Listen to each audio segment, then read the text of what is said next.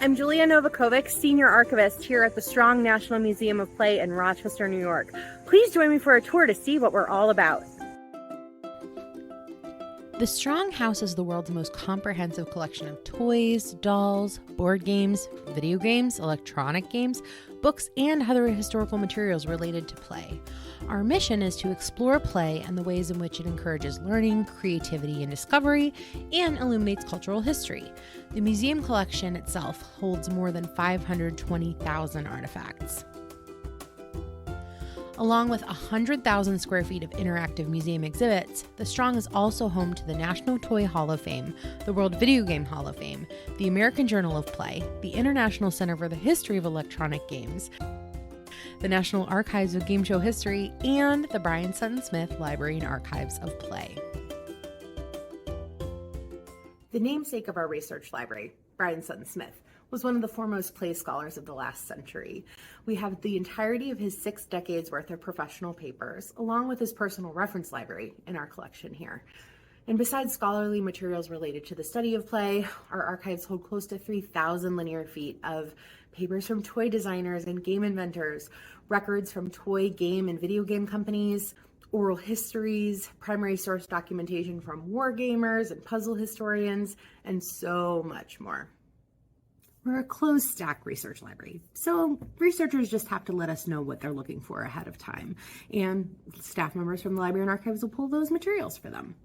On top of what you might find in a typical special collections library, researchers are able to request access to museum objects. So things like dolls, toys, puzzles, board games, arcade games, video game consoles, pretty much anything that's part of the collection.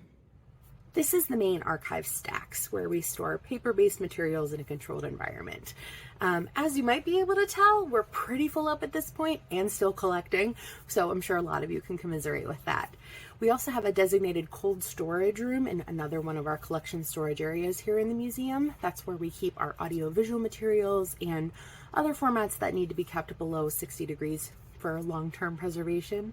Additionally, we have flat file storage, map cases that are full of our oversized materials stored in another area of the museum as well. So we have a lot of things and we're still growing and still finding places for them to live. So I joined the Strong in March 2013 as their first professional archivist. When I got here, there were 3 fully processed collections. 3. Since then, though, we've made available hundreds of archival resources, ranging from just like a folder 3 all the way to 600 linear feet in one collection. We've also implemented archive space, created a digital preservation program, added a digital asset management system, worked on various grant-funded projects, started an oral history program, and have answered, at this point, thousands of reference questions. Students will ask me what a typical day in the archives is like, and as I'm sure a lot of you know, there's not one good answer. Some days I'm migrating file formats from the early 1990s or video capturing a Laserdisc. Other days I'm moving 50-pound boxes or taking staples out of papers for 6 hours straight. So every day here at the museum is really something different, and I tell people that I learn something new every day, which, you know, almost 10 years in, that's pretty good. The Strong has 3 main classifications in the archives: collections related to the study of play, collections related to artifacts of play, and collections related to video and electronic game history. And with such a broad area of study, our audience runs the gamut of scholarly researchers, PhD students, collectors, journalists, and playthings enthusiasts. In a typical year, we host about 100 on-site researchers, but we also respond to hundreds of long-distance reference questions and scan requests. Here's a sampling from our archival collections. The Atari Coin-Op Division corporate records, which are essentially the remaining corporate archives of Atari's arcade games division from the mid-1970s up through its closure in 2003. In this collection, we have game design documentation, schematics, artwork, company records, photographs, audio-visual materials, floppy disks, digital files, and much more. It's actually one of our most heavily utilized collections in the archives. The Jerry Lawson papers are professional materials from one of the first Black engineers to work on video games.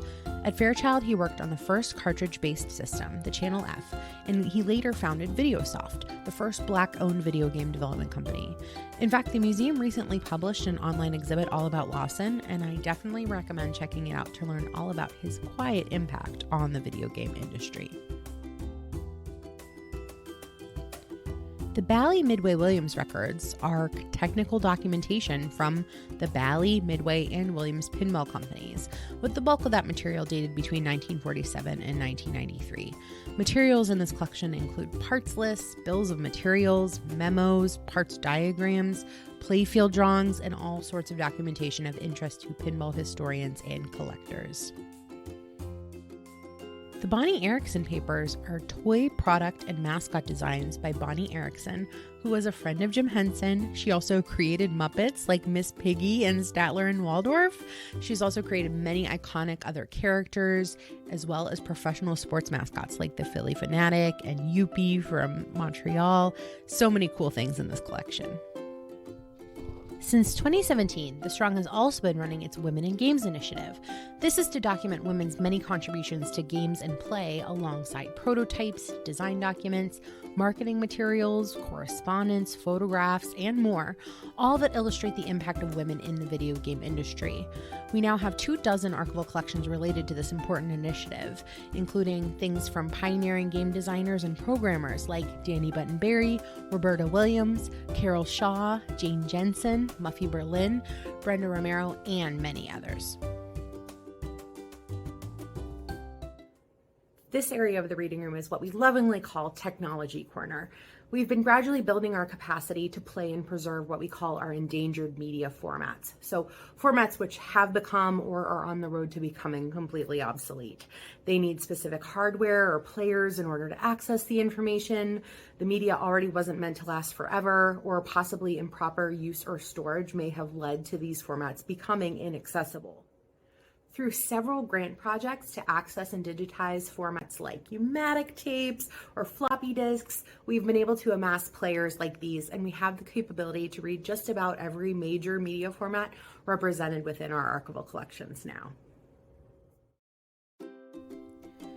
Obviously, dealing with such a contemporary but timeless subject area here at the museum, we're handling not only physical archival collections, but also digital ones. That also requires specialized workflows in the use of our digital asset management system. Through Preservica's Universal Access portal, we're able to make certain collections and digital projects available to researchers worldwide. For example, people can access more than 2,000 of the library's trade catalogs from makers like Milton Bradley, Hasbro, Kenner, Mattel, Fisher-Price, and hundreds of other companies.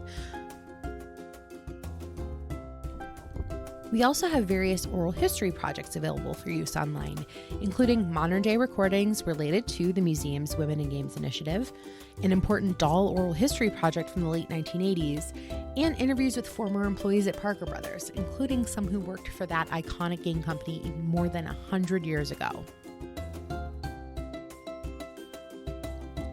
Our latest grant-funded project led to the creation of the Sid Saxon portal. Sid Saxon was a wildly influential American game designer.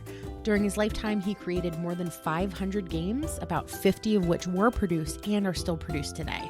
He kept these incredible working diaries, recording daily every game, person, and book he interacted with that day.